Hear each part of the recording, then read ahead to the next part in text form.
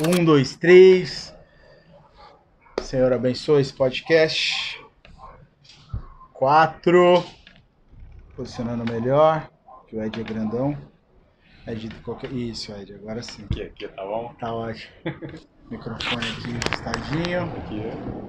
Aviões passando. 4. Que legal isso aqui, velho. 5. Sejam todos bem-vindos a mais uma edição do programa Piloto. Hoje, edição de número 35. E você tá vendo aqui do meu lado o Ed Pimentel. Você deve estar se perguntando: caraca, mas eu já assisti a entrevista com o Ed. Pois é, galera. Hoje é a parte 2. Por quê? Porque o conteúdo do Ed é gigante, cara. A bagagem dele é muito grande. Por isso ele tá aqui de novo. E hoje a gente vai falar de coisas que não deram tempo pra gente falar naquela entrevista, que é a primeira que a gente fez com ele, que é o seguinte, que é muito relevante no mundo do guitarrista, que é o quê? As guitarras em si, né? O Ed tem muito a oferecer isso nessa parte também, por isso que nós estamos aqui com ele de novo. Ed Pimentel, seja bem-vindo, meu brother! Seja bem-vindo, meu irmão. Obrigado de novo aí. O programa Piloto é sua casa, velho. Obrigado por você Lá ter vamos vindo nós. do Rio de Janeiro pra cá pra gente gravar. Galera, a gente tá numa locação aqui, meu irmão. É que a luz não favoreceu, mas a gente tá de frente pra pista do aeroporto de Congonhas, aqui em São Paulo, na Zona Sul. Cara, sinistro, assim. O avião, o helicóptero passa, cara, muito perto, assim, mano. Menos de 100 metros aqui. Fala aí, ó. Ó, tá decolando mais um. Que Deus abençoe, que chegue no lugar Isso aí. são e salvo, em segurança. Galera, como eu falei, deixa eu só explicar para você se situar aqui. No primeiro episódio com o Ed Pimentel, a gente teve um problema de logística e horário. Então a gente teve que encerrar. Foram 2 horas e meia de bate-papo e tinha muito mais pra gente conversar aquele dia, né? A gente podia ir longe ali. Podia ir longe ali, né, brother? Só que assim, por questão de logística, horário, a gente teve que parar. Então eu falei, ó, fica tranquilo que a gente faz a parte 2. O que é essa parte 2? Vamos falar de instrumentos, de guitarra, meu irmão. Então você que é guitarrista, parte técnica. Você que é guitarrista, seja bem-vindo, que aqui é o teu mundo. Área dos nerds. É a área dos nerds. Claro que, pô, eu sou entusiasta aí de guitarra, né? Tenho lá minha Steinbergerzinha Spirit GT Pro. Gosto muito, mas só que eu preciso aprender, porque aqui tá o professor, né, velho? Aqui tá o professor. Ed, vamos falar de guitarra, meu irmão. Vamos nessa. Na sua primeira passagem pelo programa Piloto, você explicou para nós, referente ao seu início, tocando, né? Mas a gente não entrou na parte de instrumentos. Tá. Qual que foi o teu primeiro instrumento? Cara, minha primeira guitarra, a gente volta aí pra 1997, 98, foi uma Squier Affinity, uma Stratocaster. Foi a minha primeira guitarra, meu primeiro contato com uma guitarra elétrica, né? Fiquei com aquela guitarra com uns 3 anos ou 4, foi ali que tudo começou. E até hoje, né? Stratocaster é... Strato, né? Strato. Tem outros modelos lá, a gente vai falar em breve. Mas eu sempre me encontrei com o modelo da Strato, a ergonomia... Você é estrateiro de carteirinha. Só arrumar meu pé aqui. Por favor. Você é estrateiro de carteirinha, Ed. Cresci ouvindo Stevie Ray Vaughan, Eric Clapton, Hendrix. Então a tua parada é essa. E realmente é um instrumento que, pelo menos pra mim, dá a melhor ergonomia possível. Né? Você já tem o apoio da barriga aqui, sim. Tem um corte perfeito nela, Você tem um apoio pro braço, ela tem, na minha opinião, o melhor balanço de peso entre corpo e o braço. Ela tem é claro que vai depender de cada guitarra, cada instrumento, cada categoria de Stratocaster, mas no geral você tem um perfeito balanço, assim, a empunhadura. E é uma guitarra que a sonoridade ela se aplica a muitos estilos diferentes. Ela é versátil, né? Muito versátil. Ela cabe em várias praias, ela consegue surfar várias ondas. Muito, e é um cavalo de trabalho. Ela é estradeira, digamos assim, né? Você vê assim tem uns vídeos históricos aí, do próprio Ray Vaughan, né, e do Hendrix jogando a guitarra no chão. Tem um vídeo do Ray Vaughan, Live at El Mocambo, que ele joga... Eu não faria isso, Mas ele joga a guitarra no chão, arranca as cordas, pisa em cima. E aí o técnico de guitarra recolhe a extrato, dá uma outra extrato pra ele. E na outra música ele volta com a guitarra. O cara troca as guitarras, afina, troca as cordas, afina. E ele volta com a guitarra de novo. Então, assim, a guitarra é um cavalo de trabalho, ela aguenta muito trampo. Aguenta muito trampo, né? Uma Les Paul, por exemplo, que eu tenho, também amo Les Paul, a gente vai falar em breve, nossa, amo Les Paul. Mas as Gibsons, né? Tem um caso clássico, que se ela toma um tombo, quebra com muita facilidade o headstock, né? Por exemplo. Então, headstock, para você que não é guitarrista, só para você entender, é onde fica as pontinhas, as chavezinhas da corda, as tarraxas, para você afinar. Ali é chamado de headstock, tá? Em português a gente fala mão da guitarra, né? É a mão da guitarra. A mão da guitarra. A mão da guitarra. Ok. Isso aí. Então, extrato sempre, minha vida inteira, né? Já tô ficando velho. Tá novo pra caralho. Já tô quantos anos? Desde os 8 anos de idade? Tô com 35. Desde os 8, irmão. 27 anos de extrato, 27 cara. anos, Quase caraca. 30, caraca. Quase 30 anos. 97 foi o ano que eu ganhei minha primeira guitarra. Se eu tivesse não parado de estudar, a gente teria aí o mesmo número de... Apesar de eu ser mais velho que você, teria basicamente a mesmo ano de escola, o mesmo tempo de estudo. É isso aí. Qual que era a cor da sua Squire? Preta com escudo padrão. branco. Escudo branco. O braço era o que? Maple ou Rosewood? Rosewood. Melhor, né? No encarte. Rosewood. É mais fácil de manter limpa. A gente também ia falar sobre isso, acabei migrando pro Maple Você depois, migrou? desde então, até hoje, mas a minha primeira guitarra foi Rosewood. Foi Rosewood. Rosewood. Você... o headstock dela era aquele grandão? Mão pequena. Pequena? Mão pequena. Ok. Mão pequena. Mais moderninho um pouco. Mais moderno. E você, quando você teve a Squire, geralmente a galera fala que a Squire,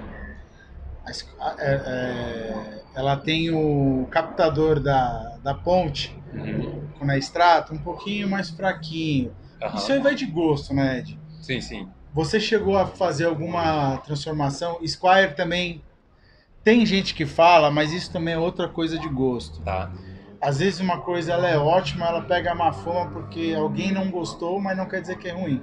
A palavra corre, aí um começa a falar. Isso, aí... Tem muito movimento, né, de grupo, assim, né? Na guitarra, ao longo desses 27 anos, nossa, eu vi muito movimento. E aí vira boca pequena. Vai todo mundo compra uma coisa, depois vai todo mundo compra outra coisa. E, cara, mas a extrato tá sempre lá. Ela não muda. Mas tratando de Squire, a galera às vezes fala que a Squire ela tem uma dificuldade de manter a afinação, né? Tá. A sua tinha isso? Chegou a fazer alguma transformação nela ou não? A minha não afinava tão bem. Não afinava bem? Não afinava tão bem. E eu lembro que tinha alguns rumores, agora eu não vou te falar com precisão, mas em relação à construção, era uma planta nova da Fender que estava fazendo na época. Tá. E eu fiquei foi bem no começo, cara, da minha trajetória de estudos, assim, com guitarra. E eu acho que foi muito legal ter começado uma guitarra bem simples, porque a Squire da minha época, ela era bem mais rudimentar do que a de hoje em dia. A de hoje em dia é uma guitarra muito boa. Tem altos modelos de Squire de níveis bem mais altos. A minha era muito simples. Mas hoje, se você pega uma 97, por exemplo, porque a galera pega aquela 2002, que é de aniversário de 20 anos. Sim, sim. Obviamente que é um instrumento que ela tem um requinte melhor do que as linhas mais essentials, as essenciais, as convencionais, né? Trazendo para o português. Sim, sim, sim. Então elas, obviamente, elas devem vir melhoradas, como você está falando. Elas são menos rudimentares. Né? E a minha era super simplória, super. Mas assim, você não trocou nada, você sempre manteve ela originalzinha, ou você chegou a mexer em alguma coisa? Não, porque o que a gente está falando dessa época, 97, eu tinha 8 anos de idade. Eu tinha 8 anos de idade. Então eu fiquei com a mesma guitarra dos meus 8 aos 12 anos. Tá. Então foi ali o começo do entendimento, aprender, não tinha... Arrebentar, usar, bater mesmo. Bater mesmo, trocando corda, não entendi como é que aquilo funcionava, mas eu não tinha, era tudo muito simples. Ok. Engraçado a gente voltar nesse papo, porque eu não lembro, eu tinha uma Squire, o meu primeiro amplificador foi um amplificador Watson. Já escutou falar nessa marca? A marca nacional antiquíssima. Meteoro, sim. Watson não tô Meteoro lembrado. Se é eu falar extremamente Giannini sofisticado. também eu já escutei. Meteoro é maravilhoso. Giannini também. Watson se eu fazia falar, alguns... vou estar mentindo, eu não tô lembrando. Era o Cubo 30, cara. Era um negócio muito simples, muito simples. Meteoro é coisa fina. Esse que eu tinha era Watson. Muito simples, muito simples. Com um grillzinho de ferro, com parafusinho. Isso. Exatamente. Sei como é que é. E eu tinha um cabo sofisticado do Santo Ângelo, que eu nunca esqueci o nome, Spectraflex. Spectraflex. Com a malha, né? Ele era todo com uma trança, assim, ainda tem, eu acho, no mercado. E eu lembro que era a coisa mais sofisticada que eu tinha, junto com a guitarra, era aquele cabo. Meu professor usava aquele cabo na época, e eu fui atrás daquele cabo. Então, meu primeiro set foi a Stratocaster Spire Affinity. Chinesa, coreana, tailandesa... Ela era coreana, eu coreana, acho, se eu não me engano. Sul-coreana, né? Sul-coreana. Cabo Spectraflex. Nacional. Esse cubo Watson, 30 watts, cara, super rudimentar. Sim. Era um amplificador que tinha chocolatinho, o Ed é muito chique. Tinha entrada assim para instrumento e microfone, saca? Eu sei como é que é, eu tive uma caixinha assim. E eu tinha meu primeiro pedal de drive foi que é um pedal excelente até hoje, um Boss Super Over... pedal. Tive um pedal. Ou seja, você já começou pelo caminho certo. Que eu acho que a melhor frase que a gente pode começar também esse podcast, cara, depois de 27 anos tocando e tive acesso a basicamente tudo, assim, e mil amigos com 1000 sets diferentes, né? Menos é mais. Menos é mais. Eu acho que essa frase é chave. Ainda mais nos dias de hoje. Hoje, então, tá mais ainda tá isso. Mais ainda e eu acho que os guitarristas novos já estão vindo com isso instalado de fábrica. Porque é uma guerrilha, né? O cara, às vezes, vamos supor, o cara hoje, se ele pensar em ter um equipamento top de linha, é muita grana que ele investe. Dependendo do caminho que ele escolher, para ele começar a fazer grana, demora um pouco. Demora. E assim, a gente vai chegar lá também, mas tem a questão, né, dos simuladores, dos IRs. Que isso mudou muito o jogo. Mudou o jogo, porque hoje o cara que está com pouco recurso, antigamente, cara, a gente vem de uma época, para você ter um bom som, você tinha que ter uma geladeira, a gente chamava de geladeira, que era um rack, né, do chão até aqui, você tinha que ter um power mesa bug, um pré-valvulado animal. Isso aí tá falando de amplificador, tá, galera? Sistemas de rack, né? Ou amplificador de valvulados, ou sistemas de rack, né? Aparelhagem super sofisticada. Você tinha que botar uma grana. E hoje, como a gente vai chegar lá, que tem os prós e os contras, né? Dos IRs, dos Impulse Response, você tem uma gama absurda, assim, de vantagens. Até falo do amigão meu, sou até padrinho de casamento dele, do Andy Ferreira, irmãozão meu que tá lá em Los Angeles. Ele foi depois de mim para lá. Ele tem um trabalho fantástico com o IR. E o cara que tá começando hoje, cara, consegue ter um som, um timbre de ponta com os IRs sem ter uma parafernália que é o que a gente corria atrás e comprava usado, comprava com problema, tinha que consertar o negócio, era uma loucura. E se a gente vir um pouquinho mais para trás, outro dia eu tava conversando com tem um entrevistado do programa piloto, o Ariovaldo Ramos. Ele é um cara que ele é o cara dos eventos na cidade onde eu cresci, a cidade de Suzano. E, cara, ele também era do som, ele tinha banda. Isso na década de 60 para 70. Tá. E ele, para ter, por exemplo, a gente começa a falar de Fender na década de 90, era uma coisa que você tinha não acesso para compra, porque era complicado ter Fender americano. Era um sonho ter uma Strata americana. Um sonho. Até hoje, para muita gente é. A gente tá falando de instrumento aí. A gente vai chegar lá. Mudou, de 10 mil para cima usado. Mudou tudo. E o Ariovaldo ia no Porto de Santos. E os caras que vendiam esses instrumentos, uma Fender, um amp Marshall, um amp Fender, o que for, Laney, o que for.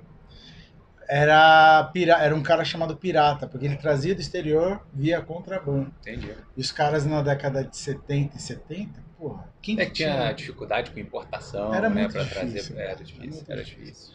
Então assim, aí você fica com a Squier. Sim, Squier. Traçando a sua linha do tempo. Aí você fica 4 anos com a Squier. Qual que é a sua segunda guitarra depois que você usa todos os recursos da Squier? E antes, desculpa, você tinha um pedal Boss. Turbo Overdrive. Turbo Overdrive, que era o que você da usava. Boss, que eu fiquei por anos com ele. É um amarelinho, que tinha uma chave até hoje Turbo ele 1, 2, assim. E fantástico, tá? Esse é maravilhoso. Somzão. É engraçado, porque depois de muitas idas e vindas e até chegar no equipamento que eu uso hoje, que é um equipamento baseado em timbre Tweed Tones, esse pedal a Boss desenvolveu com o objetivo de simular timbres Tweed.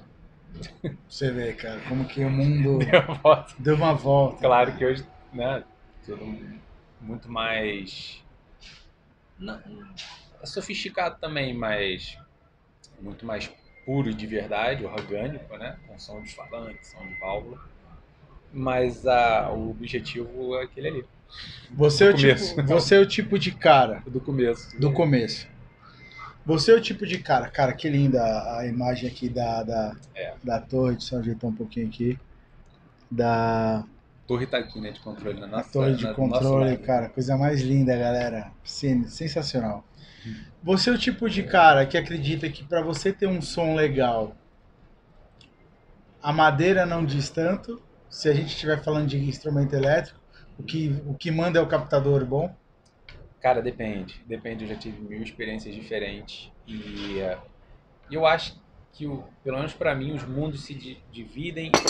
Desculpa. Não tem problema. Em captação ativa ou passiva. Alright.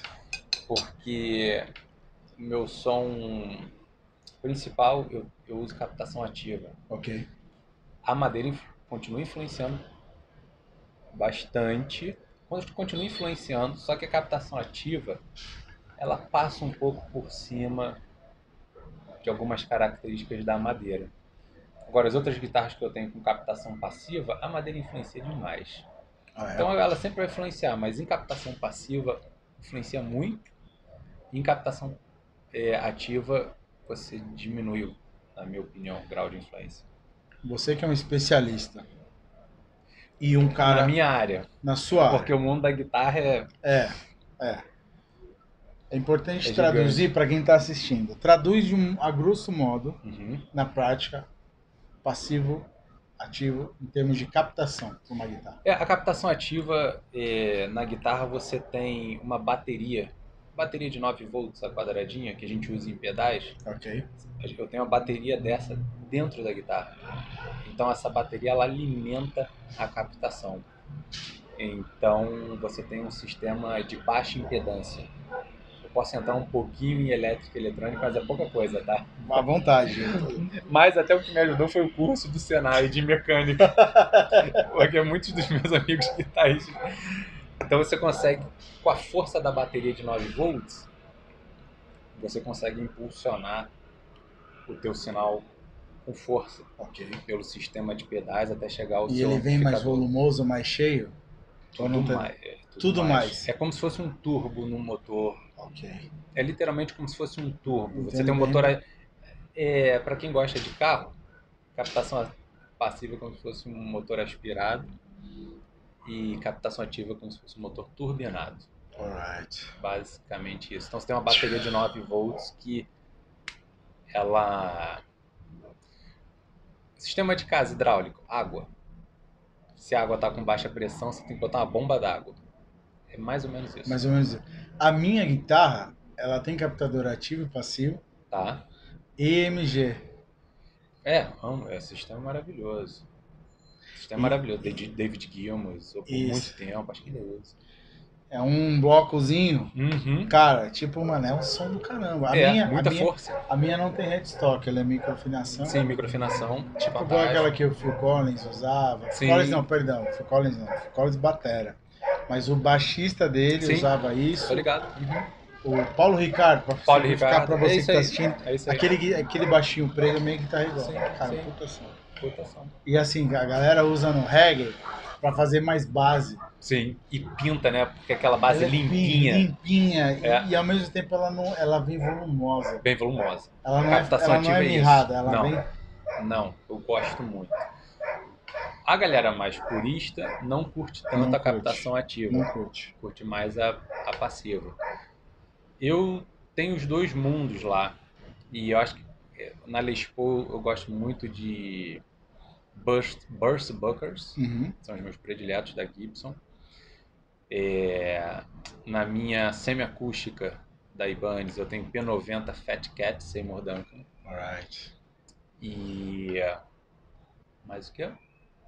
Que eu tenho lá. Aí você tem os dois estratos também, que elas são eu sensacionais. tenho 3 estratos e a minha SG com P90 também.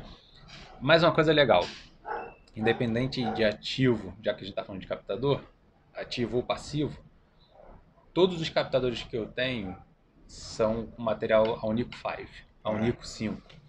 Então a dica que eu sempre dou para os meus alunos é, você tem... Calma que não é balada não. Pronto, ficou. Pera aí, deixa eu ver se eu consigo melhorar aqui. Então esse é o problema de Malcolm. Mau contato. Alright, você quer... porque... Vamos ver se eu consigo aqui. Foi? Whatever, let's go ahead. Qualquer coisa eu tento ligar. The camera's light. No. Let's go. Automatic flash. Oh, that's... Whatever, let's go.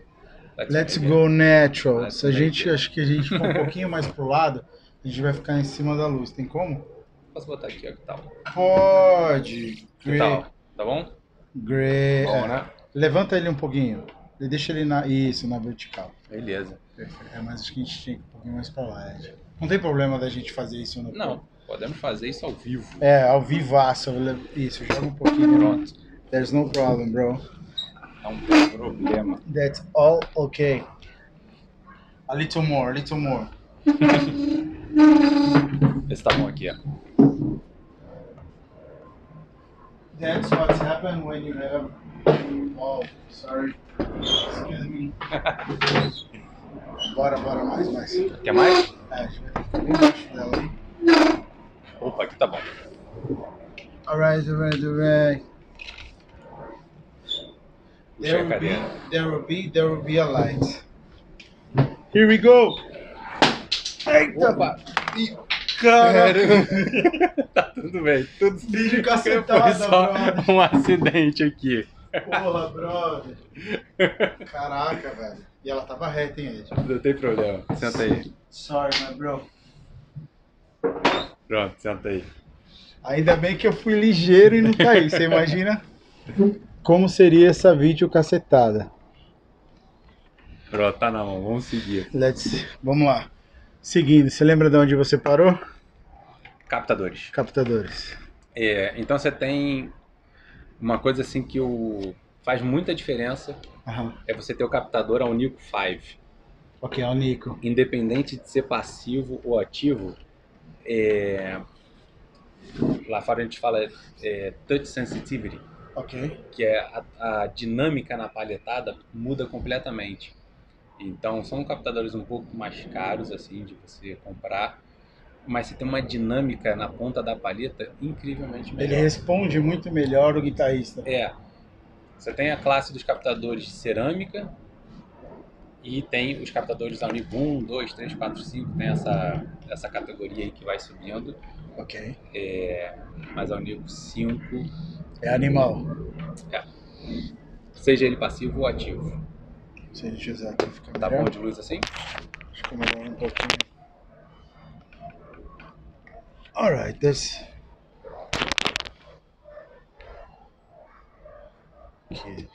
Aqui acho que é o ponto certo. Pronto. Então, e aí depois que você termina a fase com a Squier, qual é a próxima guitarra que vem na mão? Cara, foi um dos melhores presentes que eu ganhei na minha vida, porque Tinha um amigo do meu professor na época, o cara tava vendendo uma assinatura da Eric Clapton. Um dos caras que eu sempre mais Logo gostei. pra quem? E ele era colecionador de guitarra, tinha um monte de guitarra lá. E o cara tava se desfazendo. Aí a guitarra foi o universo, veio parar no meu colo. Eu não tinha grana pra comprar uma guitarra daquela, nem de perto, nova. E o cara vendeu, assim, eu pude pagar o preço que ele pedia, que era bem baixo. E ali eu comecei, eu tava com a americana, série artista, e era uma 89. Então, das primeiras feitas da linha americana, né? Então, tinha acabado de começar com essa série assinatura, estavam fazendo assim um nível de qualidade absurdo. E eu já estava tocando há 4 anos, e aí eu comecei a entender melhor as diferenças entre a Squier e um salto, assim, para uma Fender americana assinatura de A cara. guitarra canta, né, velho? Captação ativa, Lace Sensor Gold. Tudo original de fábrica. Original de fábrica. E braço de maple. Que aí eu comecei Que cor? Preta também. Preta também. Só que mundo diferente, porque braço de maple e captação ativa. E aí ali eu falei, outro mundo, né, velho? Você dá uma palhetada, o som vai. Né? Então, responde muito mais. Dali em diante, eu ainda tinha, bom, a gente vai chegar lá, eu tive outras guitarras, outros extratos com captação passiva, mas sempre voltava para a captação ativa. Essa guitarra que você teve, Fender Série Signature do Eric Clapton, você... Saúde. Obrigado, irmão. Você... Saúde. Desculpa, galera, desculpa. Você manteve ela há quanto tempo? Eu fiquei com essa guitarra, cara, dos meus 10 aos 15 anos, dos meus 10 aos 25 anos. E você se desfez dela por quê? Você procurava outros sons? Foi uma caminhada gigante, porque é muito interessante essa história, porque eu tinha essa guitarra, todos os meus amigos ficavam enlouquecidos, queriam ir lá em casa para tocar na guitarra, né? E eu amava tocar na guitarra, mas depois de uns 3 ou 4 anos, eu já comecei a tocar com banda, comecei a fazer show. E eu falei assim, quero comprar uma guitarra mais barata, aquela coisa, né? Porque pra tocar em bar com guitarra cara, o cara bêbado pra caramba... Fazendo show, a gente tocou... O palco é mais baixo que essa mesa. Não, cara, e não só isso, você tem que... Ao vivo você quer ter 2 guitarras. Tem que ter, né? Porque arrebenta a corda, né? E vai pro ensaio, sube e tal. E viaja, tem que ter 2 guitarras. Aí eu juntei uma grana. Não é luxo isso não, viu, galera? Não. Isso é necessário. Pneu reserva. Pneu reserva, é o step. Aí tinha um cara em Copacabana, que era uma loja de um conhecido, chegou uma guitarra, uma Strato mexicana. Porque na época, quando você não tinha americana, você recorria à mexicana, que era um preço, era mais acessível. Para você entender um pouco melhor, a Fender, né, faz isso. Você, com a... Mano, acho que essa aqui não vai rolar não, até porque a gente... Cuidado, você não vai matar o bichinho. Ia.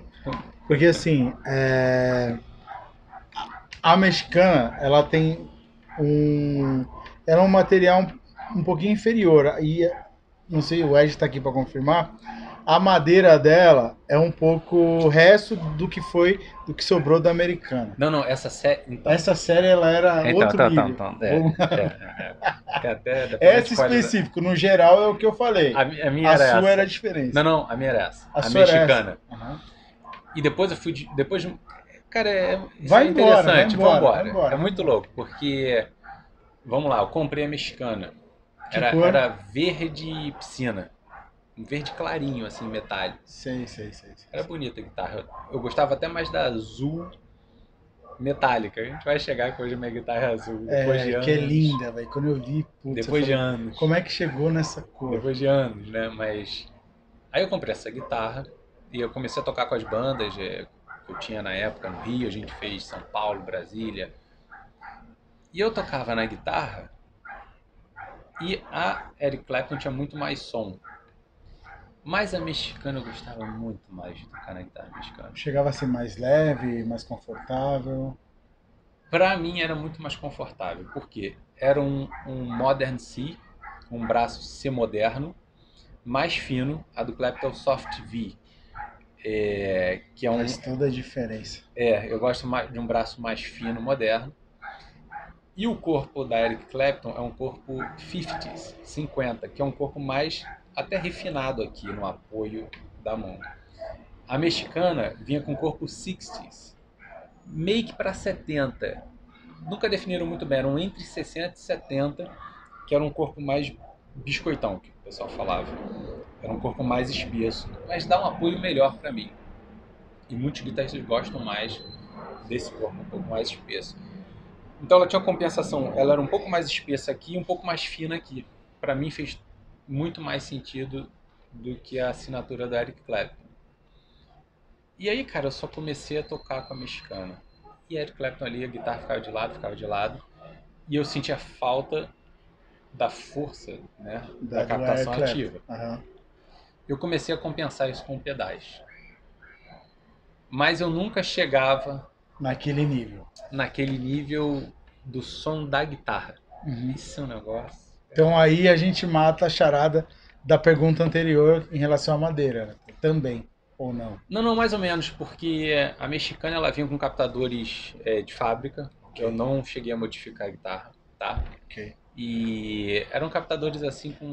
Estamos no escuro aqui, em branco. Com não tanta qualidade. Tá melhor assim? Melhorou, né? Com não tanta qualidade, assim, sabe? Eram bem ok. O Lace Sensor era outra coisa. O som ia longe, cara. É muito melhor. Então, assim... Mas fui tocando e fui tentando compensar a vida ali com os pedais do jeito que dava, entendeu? Certo. Quer ajeitar aí a luz? A gente pode fazer isso aqui, ó. Ver se não vai melhorar. Olha lá.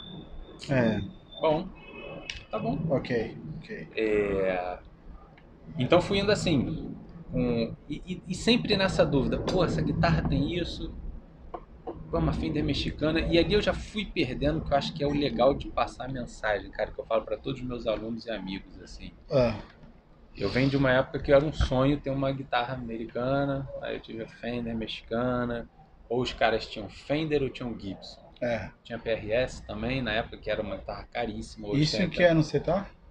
2002. A gente tá falando, 2002, 2004. A PRS já tava em alta. Carlos Santana, né, meu irmão? Mas era uma nota.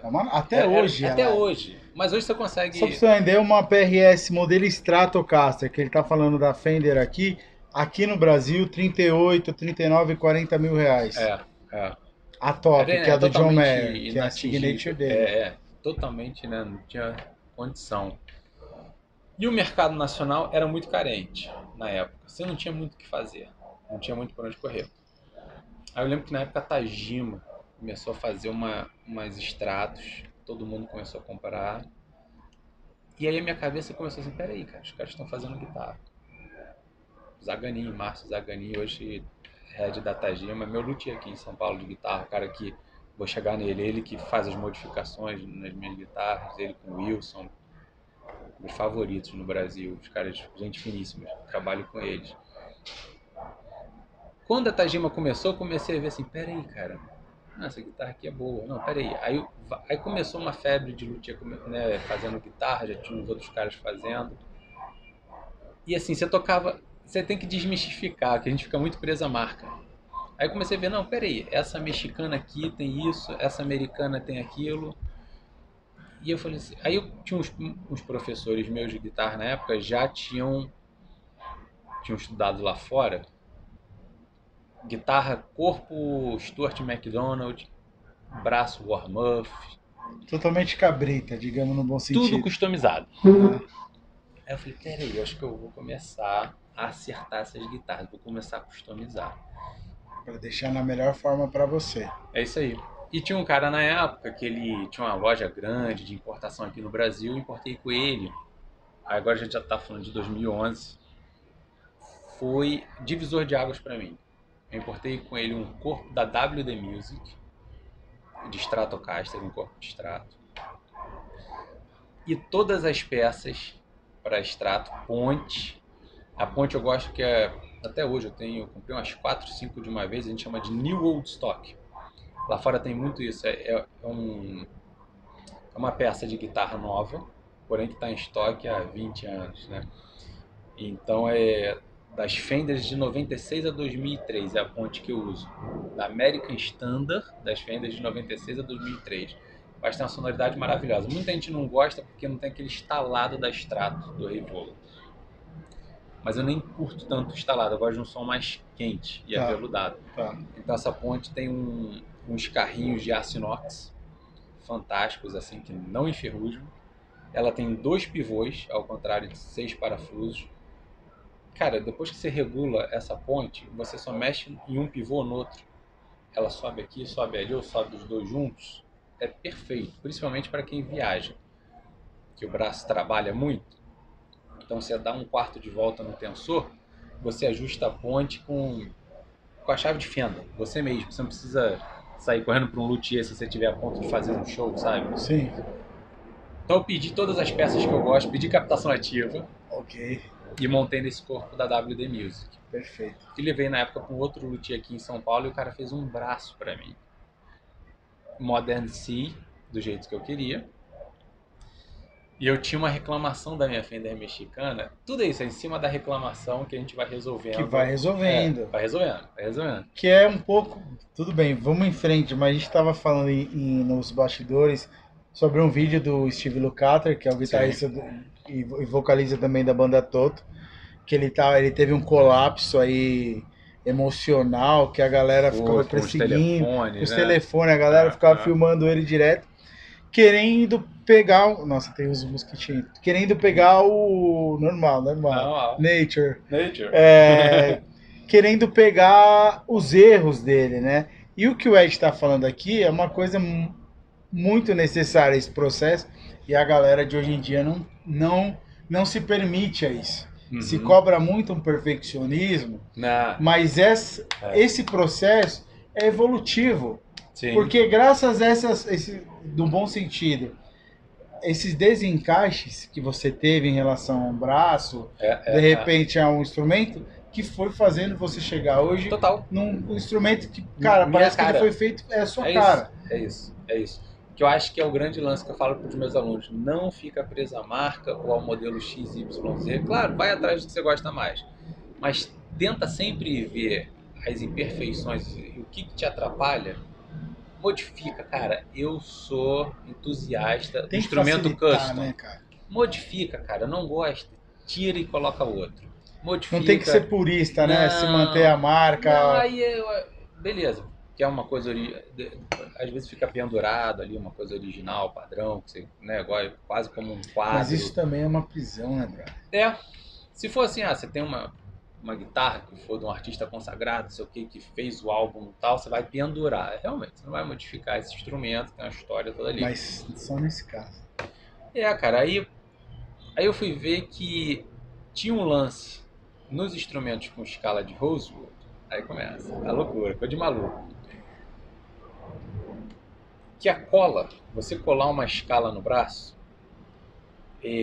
você dá maior rigidez mecânica ao braço, ou seja, você desafina menos.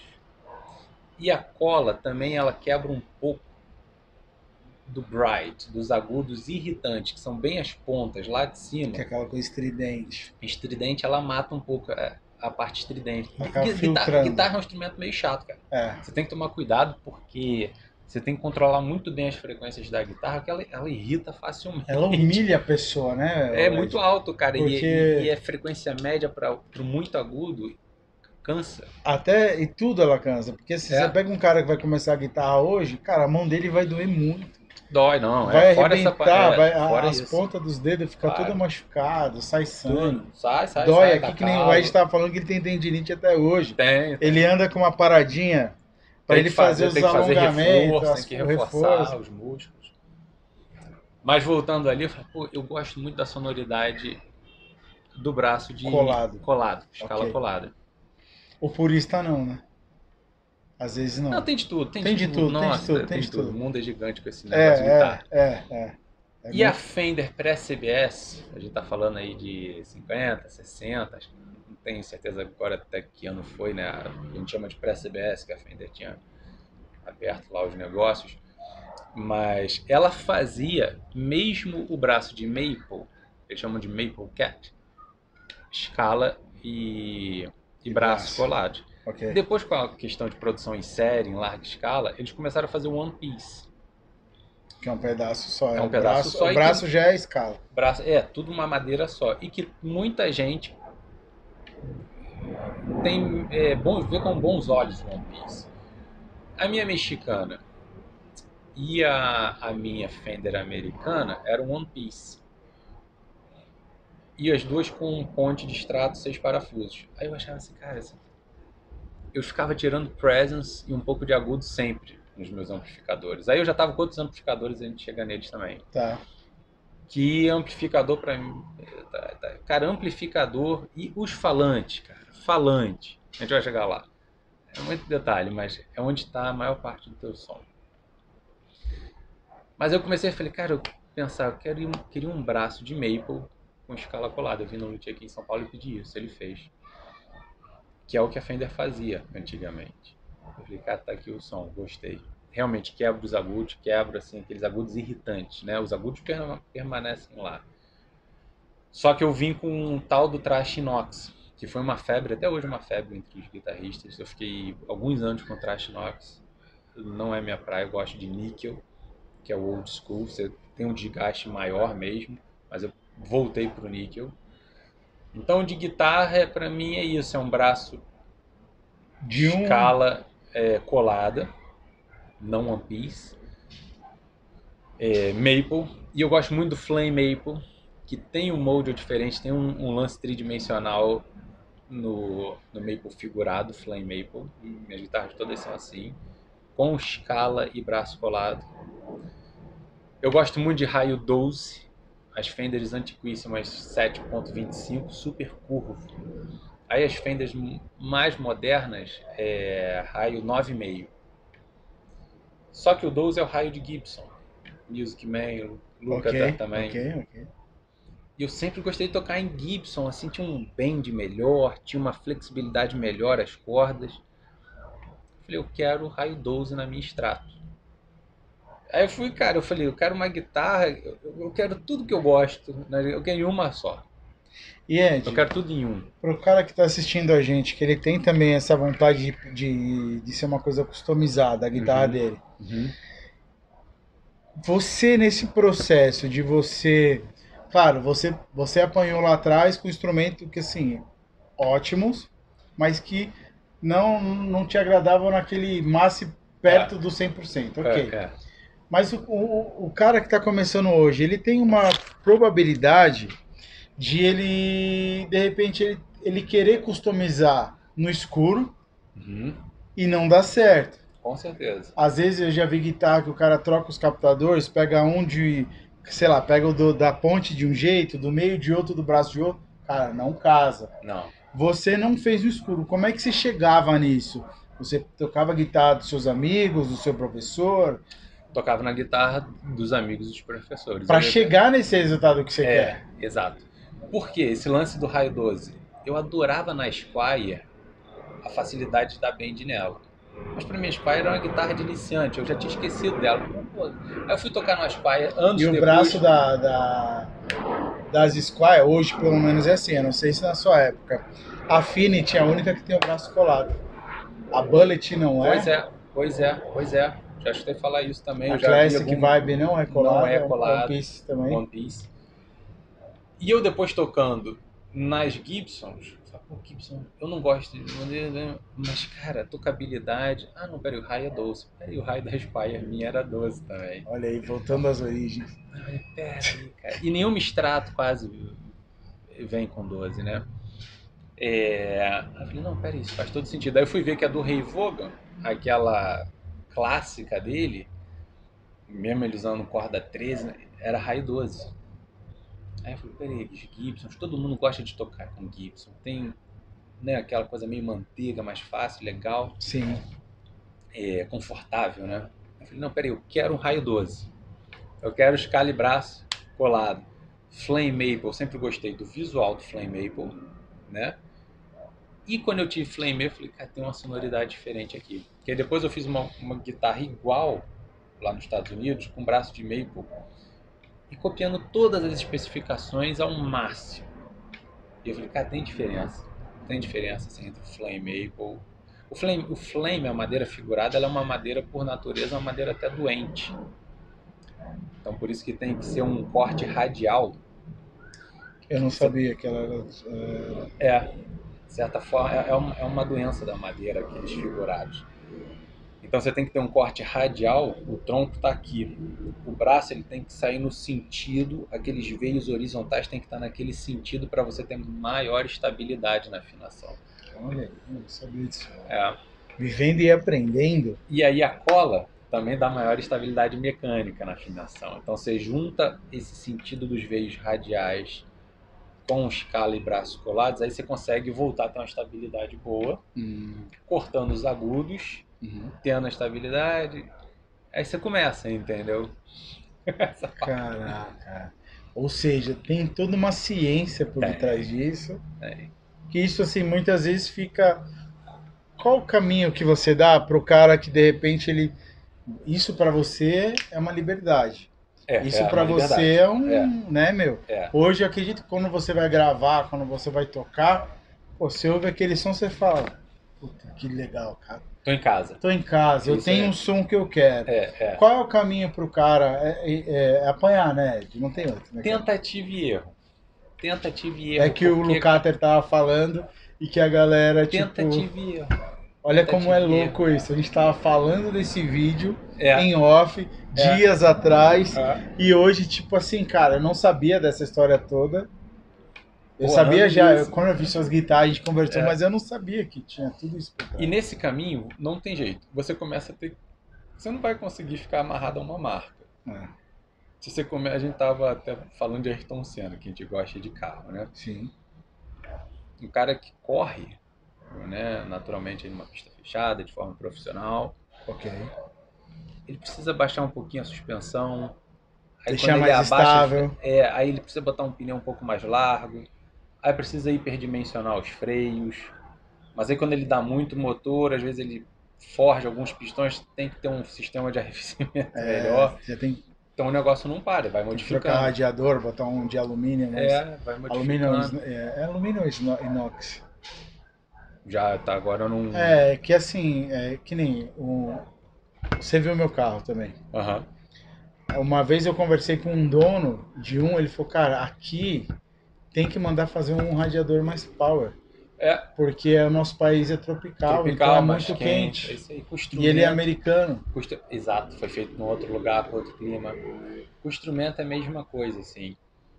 Voltando ali para extrato, aí o corpo, eu mantive tradicional, Alder, em duas partes. Ou One Piece, eu tenho dos três, eu tenho um corpo de Alder em 3, um de 2 e um One Piece. O corpo. E o One Piece que eu tenho foi até o último que eu comprei, da Azul. Azul. Você tem uma taxa mais na Warmuff que você consegue um One Piece super leve. Super leve. Então é o que eu tenho. Cara, eu acho sensacional. E que fim que deu essa guitarra do Eric Clapton? Você vendeu? Antes, para os Estados Unidos, eu já estava nessa tocada de Stratocaster customizada, eu já não... A guitarra ficava mais parada, eu já não tocava quase na guitarra porque ela não me atendia. Ela era leve ou pesadona? Porque blues é pesado. Eu acho que ela tinha uns 3,700, 3,8 kg. Você sentia ela pesadona ou não? Ela tinha um peso razoável, eram uns 3,7 kg. As minhas 3 Stratos, uma tem 3,700, a outra tem 3,500 e pouco, e a outra tem 3,400. A de 3,4 kg é ótimo. Porque depois de muito tempo você tocando... Aí qual é o meu próximo objetivo? Ter uma guitarra de uns 3 kg. Tá reduzindo. Essa aqui é mais conforto. E guitarra pesada cansa. Geralmente tem um som mais sólido, mas cansa também. Você não tem nóia de colecionar instrumento? Você já é um cara desapegado não, de forma alguma. Da cartilha da indústria, né? Tipo, tem que ter purista. De forma alguma. Já percebi. Tem que ser...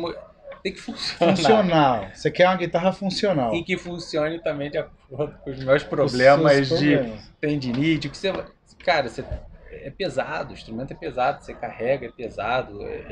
Você quer conforto, você quer força também no instrumento. Tem que fazer musculação. Tem, o tempo todo tem que estar sempre reforçando. Então, eu totalmente desapegado. Totalmente desapegado. Aí você vendeu a do Eric Clapton? Vendi. E ao longo já dessa minha caminhada desde os Estados Unidos, estava até falando isso com um amigo. Eu já tive em contato com algumas marcas que queriam, né, a gente fazer uma parceria de endorsement. E aí acaba que acontece o seguinte: não dá para fazer assim, com essa. Porque o negócio está ficando tão específico que é difícil você alcançar essa... Mas é um caminho ideal, né? É o caminho ideal para mim. É um caminho ideal, né? Os meus outros instrumentos que eu tenho lá, que eu uso muito mais para gravar, a gente vai chegar lá também, da mesma forma, assim, foram mais fáceis. Eu tenho uma Gibson Les Paul, já fala logo. Testei várias, Standard, Custom Shop. Cara, tem uma série da Les Paul que é o que eu tenho. Estúdio, toda em mahogany, maneiríssima, que vem com os captadores Burst Buckers, que são os meus prediletos, só de 2012 a 2014 ou 15. Só que ela por dentro, ela é chambered. Você não vê, mas ela tem vários orifícios por dentro que ela fica muito mais leve. Les Paul é super pesado. É mais ocazinha, vamos dizer. Ela é mais oca por dentro. E ela tem uma ressonância que, pro meu gosto pessoal, atende melhor do que a sólida. Eu gosto mais dessa ressonância. Então, você vai vendo que você vai gostando, sabe? Você vai fazendo adaptações aqui e ali com guitarra. E amplificador é um capítulo à parte, cara. A gente já deve estar aqui com quanto tempo aí? 50 minutos de conversa. Vamos pular para amplificador, né? Amplificador, cara... Você prefere Marshall, Fender? Depende. Tudo depende, né? Tudo depende. Se tem a vida ela não deve ser muito de relativismo para várias posições, eu acredito. Exato. Mas se tratando de guitarra, o relativismo ele é bem-vindo. E ele é saudável. Depende. Também, cara, tive muitos, eu já devo ter tido mais de 20 amplificadores até hoje. Fora quais? Vários Fenders, já toquei em Marshall de muito amigo. Eu tive por 6 anos, foi uma das melhores experiências que eu tive. Eu tive um Fender Bassman 59. Meu primeiro amplificador, assim, real, depois do Watson, foi um Fender Stage 112 SE. Valvulado ou não? Transistor, ok. Blackface. Ok. E depois eu pulei pro Fender Bassman 59. Fiquei 6 anos com aquele amp. Todos os amigos queriam lá em casa tocar no amp. O amp que o Buddy Guy usa a vida inteira, um 4 de 10. Caraca. São 4 falantes Jensen ao Nico. 40 watts de amplificação e cada Jensen tem 30 watts de potência. Então a gente tem 120 watts de falante. Single channel, valvulado. É um amp muito bom para você tocar em lugares grandes, onde você pode abrir e botar no volume... No talo. Eu gosto muito no talo. Mas assim, quando você trabalha com o volume single channel do 4,5 para frente, é onde ele começa a botar para fora o som. Né? Seja clean, drive ou no talo, como eu gosto muitas vezes. Assim. Certo. Só que é um amp difícil de trabalhar, e você começa a trabalhar com pedais.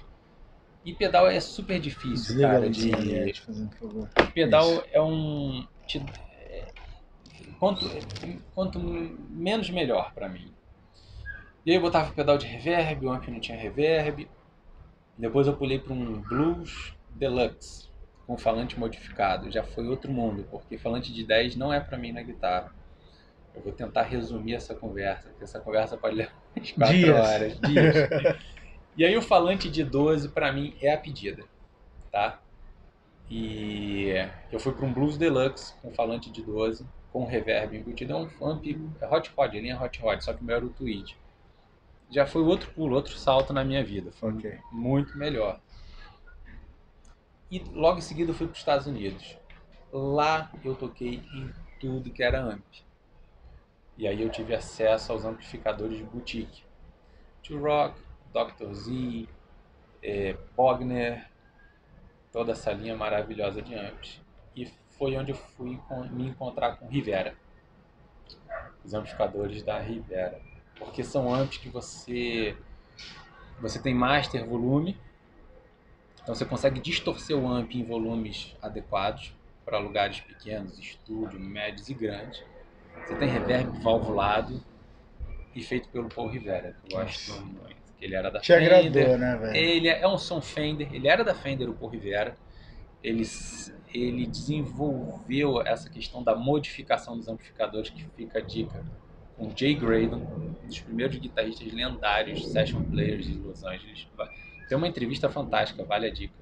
Fica a dica, do Paul Rivera Jr., o filho do Paul Rivera, com o Jay Graydon, sobre essa caminhada deles ali. Vale até a pena você deixar um card aí depois com essa entrevista. Que o Paul Rivera, ele resume, cara, muitas das problemáticas que o Jay Graydon tinha nos estúdios com esses Fender Single Channel Deluxe River da época. E ele fez uma chave seletora de 6 modificações para você, que o som morria um pouco quando você ia mais para cima na escala. Enfim, eu vejo por Rivera, assim, são amplificadores subestimados, cara. Muitos guitarristas nem conhecem, o próprio mercado não valoriza como eu acho que deveriam ser valorizados. São amplificadores assim, tanques de guerra, com componentes militares. Você precisa de 10, o cara põe um de 40, sabe? O componente. Sei, pra garantir mesmo. É.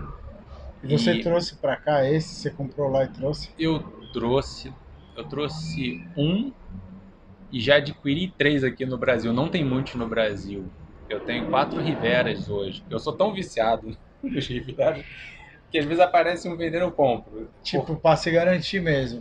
Porque eu amo amplificador. Às vezes eu deixo um num lugar, um outro no outro.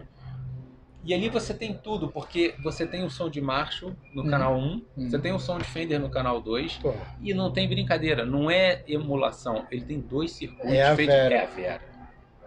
Real deal o negócio. The real fucking deal. E eu fui me encontrar nos Riveras, e mesmo assim eu continuei tendo alguns problemas. É legal contar isso, estou tentando fazer de forma muito resumida. Sim. Da tentativa e erro. Aí eu comecei a usar os Riveras, cara, aqui tá o som. Mas ainda está sobrando um pouco de agudo, porque na captação ativa tem uma compensação de agudos no sistema. Ele comprime. Porque ele comprime, você perde agudos e acaba... Tem um sistema dentro da captação ativa que você empurra mais agudos. Eu tenho problema com muito agudo. Que bom, hein? Porque eu conheço os guitarristas que... Nossa, não. Eu quero sempre... Eu gosto de amp grave, que eu tenho que ficar botando agudo e presence. Porque os caras ficavam fazendo barulho no ensaio é difícil. Eu tenho problema com isso. Apesar de ser guitarrista, mas eu não gosto dessa parte da guitarra. Aí eu comecei a ver que os falantes 75 Hz são os que é o geral que você tem aí em qualquer amp. Celestion, Eminence, quase todos são 75 Hz. Tinha um cara, que eu não sei se vocês conhecem, que ele usava falante 55 Hz. E depois dele eu não vejo muita gente usar, que é um cara chamado Jimi Hendrix. Ele usava a caixa Marshall. Acho que eu já ia falar desse cara aí. Ele era canhoto, né? Ele usava a caixa... Americano? É esse cara aí. Acho que eu sei. Ele usava... Americano ou inglês? Americano. Ele usava a caixa Marshall pra não falar besteira aqui. Com um falante 55 Hz. Um amigo meu comprou essa caixa. Deixa eu testar. Não, que é o falante, que é o imã de falante de baixo na guitarra. E você toca, cara, esse é o pulo do gato pra mim. Traz os 55 Hz, traz o espectro da guitarra um pouco para baixo, deixa mais confortável e tira aquela irritabilidade da guitarra. Eu falei, beleza, já tô com os Riveras, já tô com as minhas Stratos customizadas, agora tem que resolver essa problemática dos falantes. Foi onde eu cheguei na Ted Weber Company, que é a melhor, e tem um relacionamento fantástico com eles. Eles inclusive enviaram para mim, cara, foi muito legal. Agora, nessa última viagem para os Estados Unidos, 2 falantes assim, eles enviaram em 18 horas, nem um dia, nem 24 horas, eles enviaram lá pro Center Stage pra gente fazer o resto das gravações. Os falantes chegaram novinhos. Isso quando você tava gravando o disco? Agora, isso. Agora? Foi na segunda etapa ali, a gente ainda tinha algumas coisas de produção para fazer. Foi agora, na última viagem, que eu fui pro Crossroads. E a Ted Weber Company, eles fazem falantes todos em bancada, todos customizados. Se você quiser um falante Celestion ou Eminence-like, eles fazem tão bom quanto ou melhor na bancada. E eles têm a linha deles também, que é o que eu uso, Ted Weber Legacy, que foi o próprio Ted Weber, né, o fundador, já faleceu em 2011. Foi o último modelo dele, foi o tipo a cria dele especial dele, é essa linha Legacy, legado, onde ele reúne o melhor dos mundos, dos aunicos, e o melhor dos mundos, cerâmica, e ele faz isso, é um falante, eu uso Legacy Aunico, que ele tem 30% de cerâmica na composição. Então você tem a cremosidade dos falantes cerâmica, dos Celestions, da linha Marshall, mas você tem aquele dinamismo, aquela dinâmica dos aunicos da linha americana Jansen, dos Fenders Aunico. Okay. E ele junta isso numa coisa só e 55 Hz. Você consegue customizar isso tudo. Tudo se encaixa ao seu... Esses são os falantes que eu uso acoplados no Rivera, com a captação ativa. E aí você tem um sistema silencioso para estúdio, para gravação e para ao vivo. Você não tem aquele noise de single coil, com muita pressão, com os graves no lugar, né, no lugar certo, sem agredir, com a cremosidade da cerâmica, mas com as pontas do aunico. É a perfeição divina. O melhor dos dois mundos mesmo. Eu tenho 5 falantes desse em casa. E isso tudo também é relativo, né, Ed? Porque tudo é relativo, pode isso ter pro cara meu som. Pro seu som. Pode ter cara que não vai curtir, né? Exatamente. Eu tenho também 2 Celestions lá em casa, ingleses, G1280p, que são Celestions até bem padrões, mas da época UK, que são fantásticos, que conseguem reduzir essa estridência e são bons assim se eu quiser uma coisa mais rock and roll, com humbucking, sabe? Então eu mantenho esses também. O Ed é muito guitarrista, mano. Mas isso sem falar dos pedais. Isso sem falar dos pedais. Acho que vai ter que ser um parte 3 isso. Eu tô vendo isso, eu tô vendo. Ed, pra gente conhecer agora, e também ser mais sucinto, né? É longo. Fala das suas guitarras hoje, assim, eu sei que você já deu a especificação e tal, mas assim, tudo agora você faz com esse luthier? Tudo com Zaganin. Eu tenho... As 3 guitarras seguem as mesmas especificações. E os captadores? Tudo igual. E as tarraxas? Captadores Noiseless Gold, com sistema de mid-boost preamp. As tarraxas todas Sperzel, cara. Com trava, locking tuners. Tarraxa com trava é vida pra mim. Eu super abro mão de tarraxa vintage. Okay. Eu gosto de afinação, eu dou bend funcional, muito você alto. Gosta de funcional, né, bend de 2 tons e meio. E quando a corda volta, ela tá ali, a afinação, né? Então, tarraxa com trava Sperzel. Qual foi a pergunta mesmo? Você queria saber dos captadores. Dos captadores Noiseless Gold. As tarraxas também, você falou? As tarraxas com trava, trastes de níquel, né? A ponte Fender original, o New Woodstock. E os braços são o seguinte, eu tenho um braço da época ainda de luthier, que o Zaganin reformou para mim, e 2 braços do Kaiser, que eu encomendei com ele, um construtor de corpos e braços fantástico aqui do Brasil. E de corpo eu tenho um Warmuth, um WD Music e um corpo original Fender, de uma Fender mexicana que eu tive no meio do caminho, uma Player Series, que fica a dica. Para mim hoje, da linha Fender inteira, a melhor Fender é a mexicana hoje em dia, Player Series. E puristas, tá vendo? Eu tô falando com um cara aqui que ele simplesmente toca, mano, com a galera que toca com Eric Clapton, Paul McCartney, são os caras que tocam com ele, da banda dele. Então assim, ó, ficou agora, tá vendo aqui, ó, a pimentinha aí no olho de vocês, cara. Player Series, eu recomendo. Se você quer ter uma guitarra, tá começando, meus alunos, compra uma Fender, quer comprar uma Fender? Antes da compra pandemia, uma Player guitarra, não sei se dessa linha, mas uma mexicana se achava aí por R$3.000, 3.500. Hoje tá mais caro. 5, 6, 7 usada, né? Hoje uma Squier Classic Vibe tá na faixa dos 3.500. Por aí.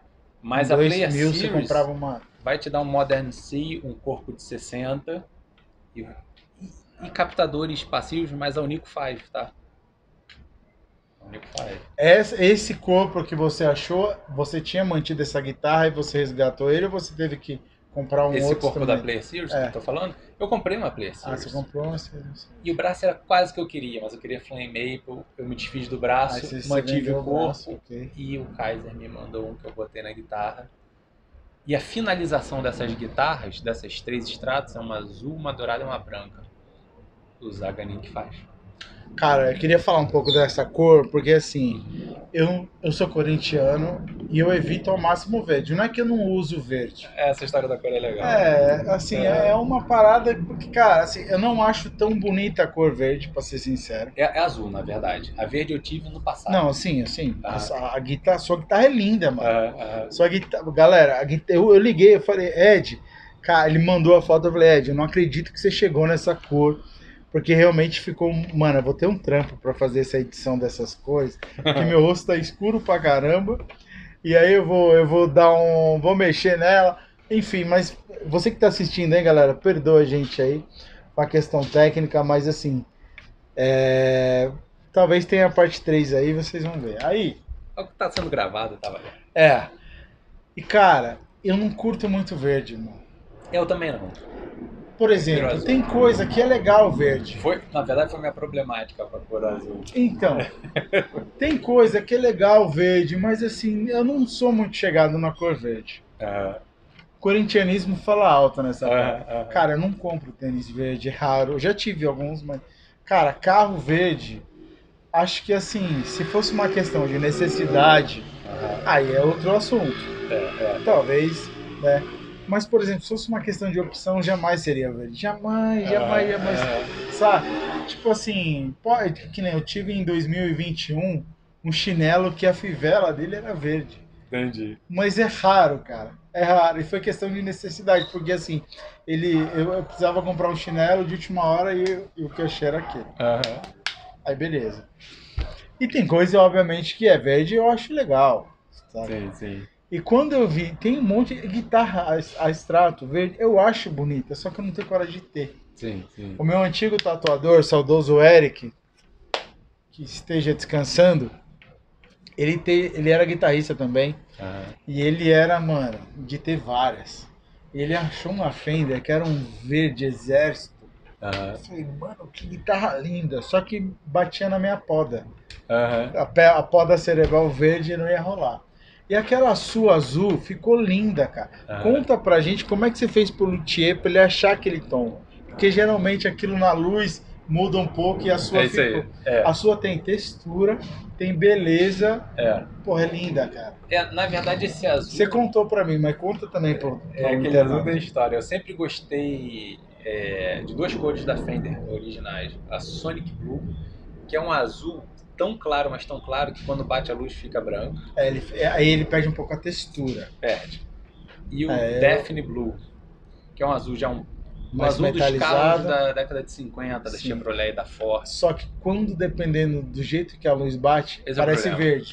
Principalmente no palco, a luz amarela com esse azul do Daphne Blue, principalmente no telão e no palco, ela fica esverdeada. Porque a Fender, eu já não gosto. E aí eu fiz uma tentativa e erro. Eu tinha um corpo lá nos Estados Unidos que era preto, eu mandei pintar de Daphne Blue. Ainda tem isso, o Daphne Blue Custom Shop da Fender é esverdeado mesmo, olho nu. E eu pedi o Daphne Blue Regular, que é azul a olho nu. O cara pintou o Custom Shop. Falei, não, cara, é o Regular. Voltou mais 3 meses, o cara pintou o normal. Ele achou que eu queria o mais sofisticado, eu queria o normal. E aí veio linda a guitarra. Quando eu comecei a tocar ao vivo com a guitarra, eu fui vendo as filmagens que a guitarra ficava verde no palco. Aí eu falei, pô, acertei a olho nu, mas muito mal, em serviço a guitarra não funcionava. Não funcionava. Aí eu falei, vou ter que fazer isso de novo. Aí eu voltei pra ele, é o Pat Wilkins. A gente tá falando de verde, seu vizinho ali tem luz verde. Tem luz verde, olha lá. E eu voltei, esse é o melhor pintor de Los Angeles, é um cara que trabalhou na Custom Shop da Fender por anos, pinta guitarra de vários artistas, guitarras abstratas, outros desenhos, sabe? Cores diferentes. E eu fui pro Pat e falei pra ele, olha, lembra que você pintou aquela guitarra assim, depois a gente pintou com o mesmo azul, mas no regular? Ele lembra. Então, eu tenho uma proposta pra gente fazer um projeto na mesma linha, só que com algumas modificações, de novo. Depois de muitos estudos eu fui ver que esse azul, ele tem uma pigmentação verde por trás. Tem realmente o azul, ele é predominantemente azul, mas tem uma pigmentação verde na mistura. Eu falei, que tal a gente botar uma pigmentação cinza ao invés de verde, que quando bater o amarelo do holofote, a guitarra ou vai ficar azul ou vai cambar para um azul acinzentado que eu amo. Que é lindo demais. Ele é o top fazer, americano gosta dessas aventuras. De viajar, né? E aí a gente fez a guitarra que eu chamo de Blue Gray Color. Assim. Ele Nossa, deu é esse demais, nome e ele falou, é só você tem, porque a gente customizou cara. o Daphne Blue, a pigmentação pura do azul, com a pigmentação cinzentada em pouca escala por trás. E aí ele apelidou de Blue Gray Guitar Edge Color. Cara, ficou linda, parabéns, ficou linda, né? Ficou linda, aquela cor, pra mim, pra um cara igual eu, que gosta de guitarra, mas não gosta de verde... E ela puxa pra uma cinzentada. É na medida certa. É um ajuste fino. Eu procurei muito esse ajuste. Um gol de placa, velho. E aí devia ser azul, Ed, tá ligado? Então, ele chamou isso. Foram 3 meses, assim, a gente falando, trocando e-mails, até a guitarra ficar pronta. Ele fez alguns testes, né? Eu fui para os Estados Unidos para fazer as primeiras gravações. Ele falou, vem pegar a guitarra tá pronta. Já tava com braço flame maple, de todas essas características que eu te falei. Eu cheguei assim e falei, meu Deus, vamos ver como é que tá isso. Quando ele trouxe a guitarra, ele falou, olha, já pintei e já passaram muitas Fenders Custom Shop Master Built aqui na minha mão. Mas essa aí tá entre as melhores que eu já toquei na vida. Eu peguei guitarra. Fora a tocabilidade, ela é leve e a cor ficou muito bonito, cara. Parabéns. Ficou, né? Valeu. Ficou maravilhosa, velho. A dourada também é linda. Eu também acho maneiro. Porra, linda a guitarra. O Ed tem bom gosto nas cores. Ele tem. Hoje você tem essas 3 estratos. Sim. Pelo que eu percebi, eu já deduzo a resposta, portanto, não deixa de ser uma pergunta retórica. Tá? Mas eu tenho que perguntar. Eu percebi que você é um cara muito livre, muito funcional. Ok. Funcional. Mas tem alguma guitarra, de repente, que você não teve, que você ainda queira ter? PRS, Music Man, Parker, quem sabe? Cara, outro dia eu vi. Tem uma guitarra. Vi a Marisa. Sempre tem, né, cara? Sempre tem. Vi a Marisa Monte tocando com uma Parker. Sim, e eu só conheço. Ela tem Sadovski, ela tem uns instrumentos incríveis. Ela é enjoada, hein? Ela é enjoada. Marisa Monte, se você estiver assistindo a gente aqui, ó, beijão pra você. Incrível. Isso é incrível. Eu acabei de ver o show dela no Rock the Mountain, foi incrível. Maravilhoso. Tem uma guitarra que eu tô atrás dela há um tempo, desde a minha época dos Estados Unidos, é uma guitarra cara.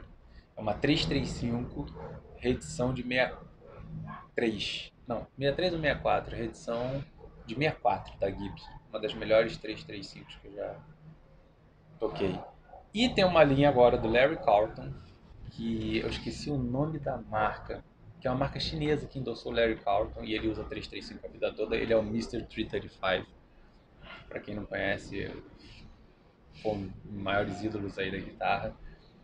Que ele tá com uma linha fantástica também de 335s lá. Absurda essa linha, é uma linha que também tá no meu radar. Então, mas quando a gente começa a fazer essa questão de muita customização, a gente começa a olhar mais para os construtores, né? Tem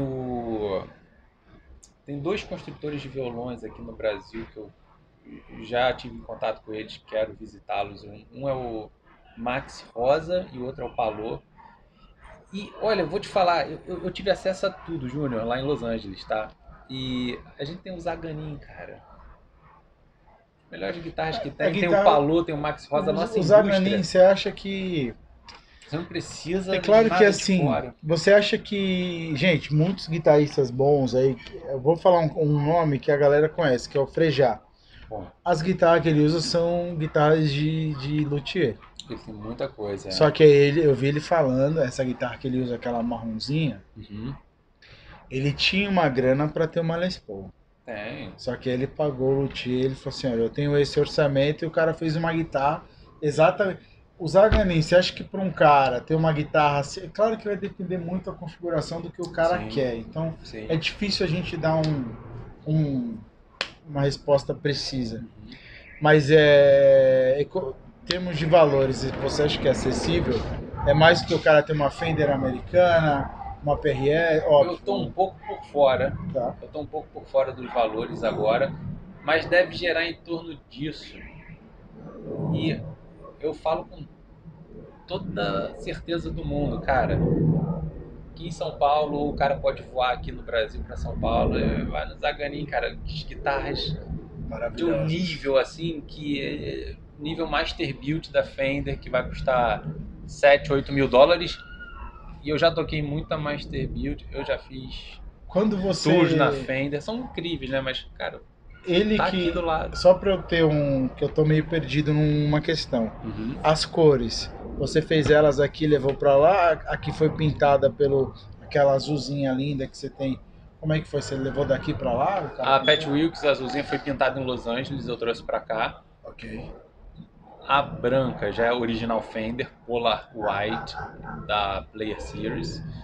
E a dourada veio Metallic Gold, pintada da fábrica da WD Music. Ok. Então elas já vieram pintadas. Já vieram pintadas. Ele só montou pra você. Montou e os braços foram feitos aqui. Braço é a parte mais difícil na guitarra.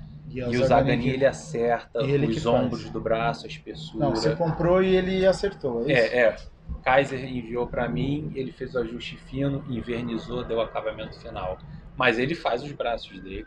Ele faz as guitarras Zaganin, são incríveis. PRS, você não tem vontade de ter? Tenho. Tem? Tenho. Não é muito meu estilo, porque tudo que eu preciso, depois de muita dedicação, é ali que eu tô em casa, né? Mas eu tenho vontade de ter essa 335 da Gibson, que é a reedição de 63, Aquelas do Van Halen, você não tem vontade? As Music Man? Amo Music Man.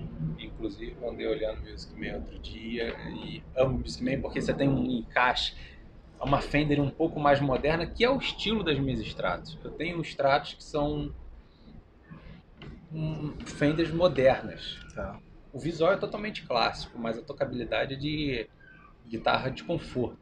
E a Music Man eu acho que ainda é um nível acima no conforto, é um pouquinho menor, a escala é um pouquinho menor. É o puro creme do milho verde.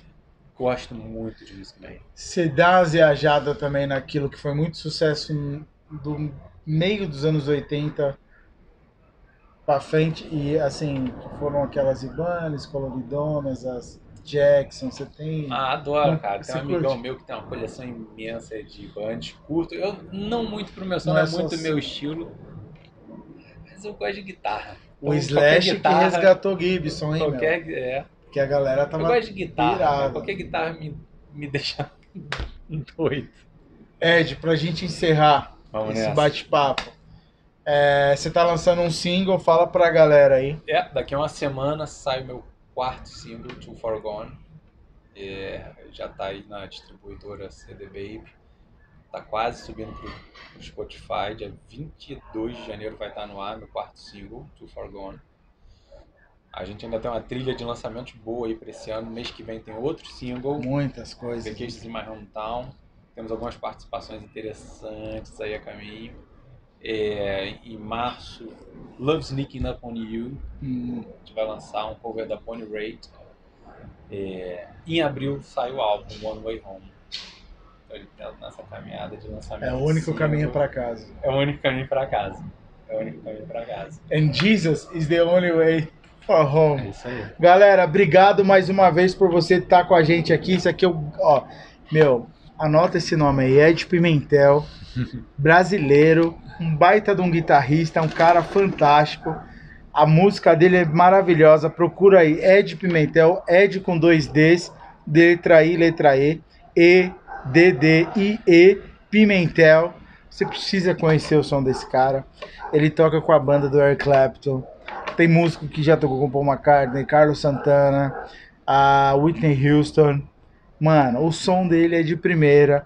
Lembra um pouco, mas eu não vou falar pra vocês, isso é porque foi eu achei, né? Mas assim, é som de primeira. É som de primeira. Conheço o som desse cara. Gente finíssima, virou meu brother já. E não deixa de curtir a música dele, porque é música boa. E semana que vem tá chegando uma. Em abril, o álbum inteiro. novo. Então se liga aí. Esse foi Ed Pimentel falando das suas guitarras. Era a parte que faltava na primeira participação dele. A gente trouxe isso hoje. Avião chegando. Olha lá, acho que é Boeing. É Boeing, é Boeing. O Ed é vidradão em aviação. Tá, nós vamos ficando por aqui. Quero agradecer demais você por ter se inscrito no programa piloto, por você estar com a gente aqui, é muito bacana. Então até a próxima. Eu vou ficando por aqui. Ed, considerações finais, alguma coisa? Obrigado mais uma vez, já me sinto em casa nesse programa aqui. É teu, brother. Você se tornou amigão já de outras vidas. Pô, já a gente é brother de mãe diferente. Obrigado, é isso aí. Sempre, brother. Valeu, meu irmãozão. Galera, obrigado, Deus abençoe vocês em nome de Jesus. Até a próxima e é nóis. Ed Pimentel, valeu, pessoal. Esse guitarrista embaçado. Eu vou deixar vocês verem a vista que a gente tava aqui. Olha isso, galera. Sim, tá pegando aí, Ed? Tá. Manda aí, Ed. Faz o cameraman. Valeu, galera! Valeu, pessoal! Uhul! É nóis!